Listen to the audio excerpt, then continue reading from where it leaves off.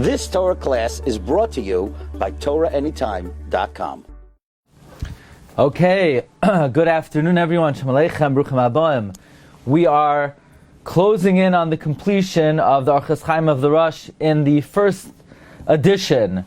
There are actually another 23 oisiyos that are at the end of the Rosh, that are a different Mahadura, but we're closing in on the first Mahadura, and we're going to try to finish it tomorrow. And tomorrow will be the last Shiur on the Orchos Chaim of the Rosh before Tisha B'Av, actually. So we'll continue it in the Monday after Tisha B'Av. So we're going to learn it today, tomorrow, and then we'll continue Be'ezus Hashem after Tisha B'Av. Siv Katan Kuf Chav Tes. Al toitzi mipicha devar sheker. Do not emit from your mouth a false word, v'chazav, and untruthfulness. V'heyei ne'eman l'chol adam. Be faithful and truthful to everyone, v'afilu l'nachri, even a guy. So he's saying, don't lie. Question. But in Ois Gimel, the Rosh already said, Lehisrachek min hasheker, distance yourself from falsehood. So what is the Rosh adding by saying, Al toitzi mipicha dvar sheker? We already know you have to stay away from lying. This, says Rav Goldberg, is a question of Rabbi Cheskel Sarna. And Rabbi Cheskel Sarna says that what the Rosh means is even in a situation where you're allowed to lie, mutter l'shanois l'man hashalom, even in a situation where you're allowed to lie, you're only allowed to be meshana, you're allowed to deviate, but you can't say explicit falsehood. And therefore, when Yaakov told Yitzchak, Anoichi Esav b'chayrecha, Anoichi, meaning I am I, and Esav b'chayrecha, meaning Chazal are saying, even in a situation where you're allowed to be meshana, but you have to say it in a way where it's not an outright lie, where it could mean one of two things. And a smuchim to this, a support for this idea, is that you're allowed to lie so that your friend is not embarrassed. And the Sefer Hasidim says, when you lie, you should try to change so it's not outright sheker. We find by Ezra, he said, Anachnu v'anoshav noshim nachriyos, where Ezra included himself, even though he didn't marry a Gentile woman, because Kol Yisrael Arevim Zelazeh. So even when a person is allowed to lie, they should do it in such a way where to minimize the falsehood of it. The Perush Chaye Avram on the Rosh explains that the Rosh doesn't say don't speak sheker v'chazav, but rather al toitzi mipicha, be on the madrega that your mouth literally cannot say falsehood, because you're so accustomed to speaking the truth that you're so attuned to speaking the truth. And that comes from a lot of working on oneself to make sure that everything one says is absolutely truthful. Now, the Gemara Makos says on Chavdal Amud Aleph, Ba David v'hamidan al achas. Esrei. David came and narrowed the Torah down to 11 principles. And one of them is V'doiver emes b'lvavai. What's an example of V'doiver emes b'lvavai? Like Reb Safra, where he wanted to sell an article and somebody came to him when he was saying Shema. So he said, you want to buy it? I want to buy it for $1,000. He thought that Reb Safra didn't want to sell it because it wasn't answering. So after he finished Shema, he said, give it to me for $10,000. And Reb Safra gave it to him for the original price, because in his mind he had already agreed to the original price.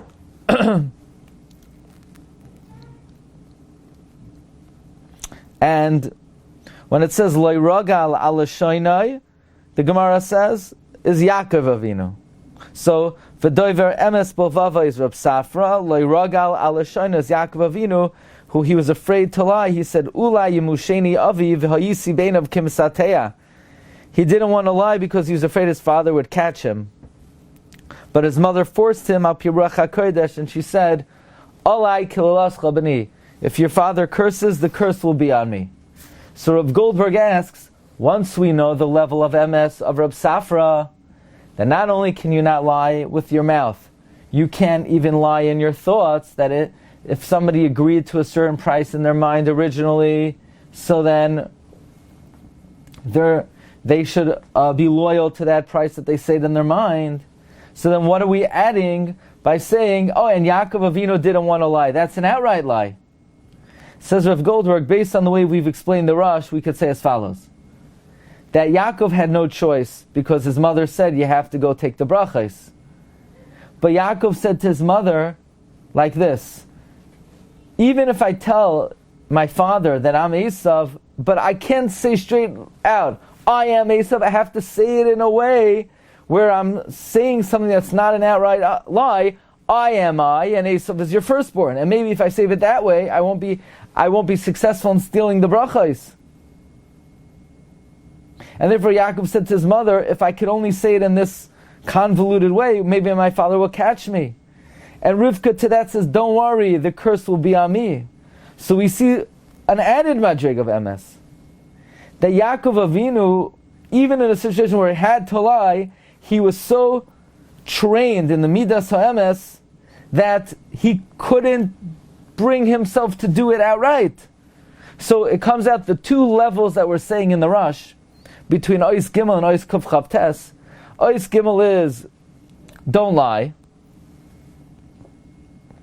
But meaning, even in your heart, even in your mind. And Ois Kuf Chav Tes is adding, Al Toitzim Pichas Var Sheker V'Chazav. That's the madrig of Yaakov Avinu, where he couldn't say sheker, he couldn't bring himself to say sheker, even when he needed to, and he had to do it in this quasi way, in a situation where he did it in Lashon de Mishtama L'Trei Api. Now, Rabbeinu Yoina writes in the Shiur Tshuva Shar Gimel Ois Kuf Pei Daled that somebody who tricks his friend by saying, I did you a favor, I spoke to the boss about you, I put in a good word for you, and you didn't do it. In a way, it's worse than stealing. Actually, Rabbeinu Yoina says, to the Chachmei Yisrael, worse to tell somebody you did them a favor and you didn't, or you did something good for them and you didn't, than to steal from a guy.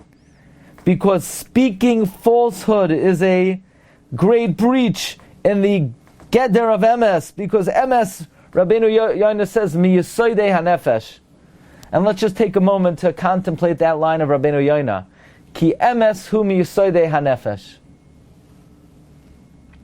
Which means, of all of the corruption of character, a lack of MS is the most basic and fundamental and corrosive. Because MS is mi Yisoidei HaNefesh. Let's think about that. Why is MS the foundation of the soul? Because what is the soul? The soul is a chelek eloka mimal. And what is God's signature hallmark characteristic? Chaisamoi shel HaKadosh Baruch Hu MS, which means the fabric of the soul, the makeup of the soul, a piece of God, is the midah of MS. So worse than stealing from a guy is saying, I helped you out. You don't realize what kind of good word I put in for you. You never spoke to the guy. That's even worse than stealing. So by being careful in the guidelines of MS, you are actually supporting and upholding the makeup and the essence of the soul of man. Okay, this completes Ois Kuf Chav Tes. Tomorrow, with Hashem's help, we're going to do Ois Kuf Lamed and Ois Kuf Lamed Aleph, which will be the end of the Orchos Chaim of the Rosh. And then after Tisha B'Av, we will try to finish up the last 23 oisios of what is known as another Madura of the Orchos Chaim of the Rosh, which is generally reserved for Shabbos. So wishing you all a great day. We'll see you all tomorrow. Bracha v'atzlacha. Kol tov.